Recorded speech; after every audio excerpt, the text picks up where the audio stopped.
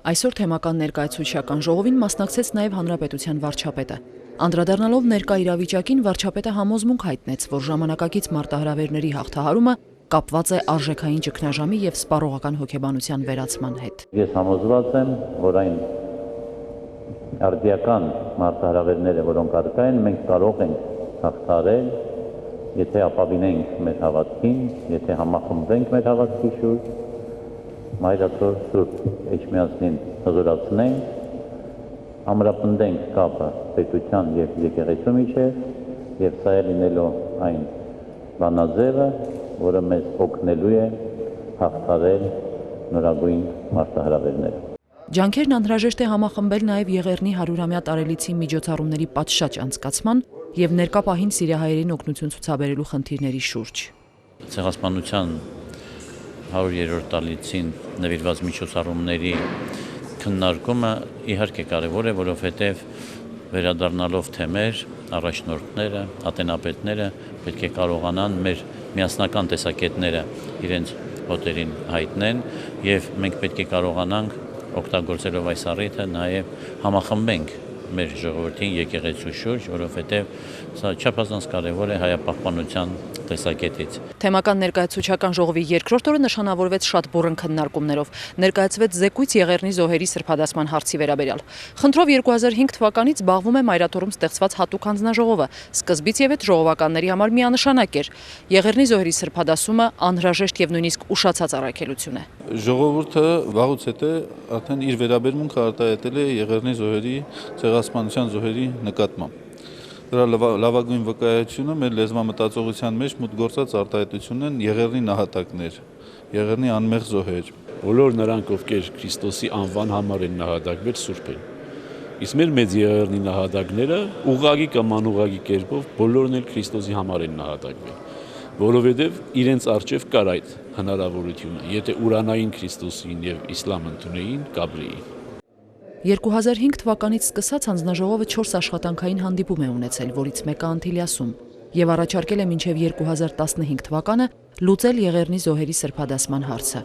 Քննարկումներն ընթանում էին մի քանի կարևոր ուղղությամբ, օրինակ, արդյոք սրբադասման համար ճիշտ է հանուն Քրիստոսի եւ հանուն հայրենիքի ձևակերպումը։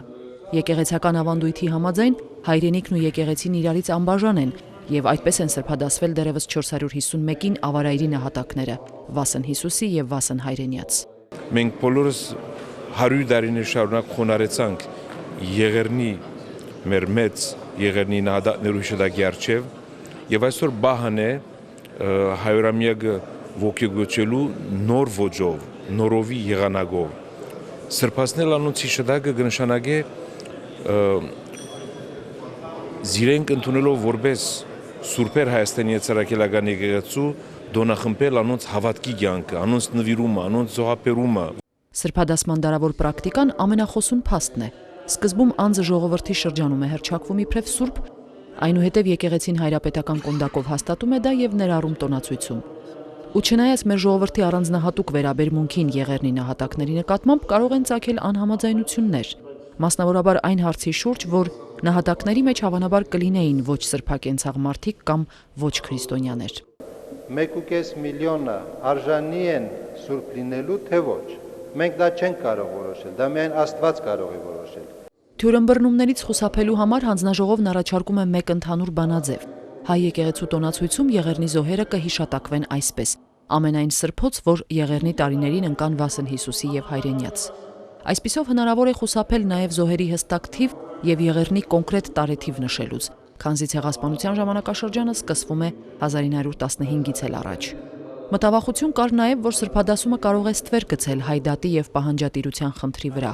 Հոգեվորականների կարծիքով սրբադասման հոգեվոր եւ քաղաքական ընկալումները պետք է տարանջատել։ Քաղաքական առումով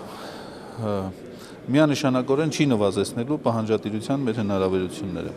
Ընդհակառակը ավելի շեշտադրելու է, ավելի ընդգծելու է այն իրողությունը, որ իրապես այդ անձերը իրենց ինքնությունը, իրենց ազգային պատկանելությունը պաշտպանելու համար է, որ նահատակվել են։ Եվ կարծում եմ, որ սա ցեղասպանության ճանաչման, պահանջատիրության ճանապարհին կարևոր հանգրվան է լինելու։ Ամեն ինչ առայժմ քննարկումների փուլում է եւ պարզ կլինի հանձնաժողովի հաջորդ աշխատանքային հանդիպման ժամանակ։ Այդ թվում հստակ կորոշվի նաեւ ինչ ծես կկատարվի սրբադասման համար եւ Եղեռնի նահատակները կհիշատակվեն ապրիլի 24-ին, թե մեկ այլ օր։ Հավանաբար կլինեն նաև անհատական հիշատակության օրեր, ինչպես օրինակ Կոմիտաս վարդապետի եւ այլոց։ Օրակարգի հաջորդ հարցը վերաբերում էր թեմական կանոնադրությունների պատրաստմանը եւ թեմական ուղենիշային փաստաթղթին համապատասխան լրամշակմանը, որոնք այնուհետև պետք է ներկայացվեն մայրաթորի հաստատմանը։ Դա հատկապես վերաբերում է արտասահմանյան մեր թեմերին, որոնք ինքնուրույն իրավաբանական անձի կարգավիճակ եւ առանձին կանոնադրություն ունեն։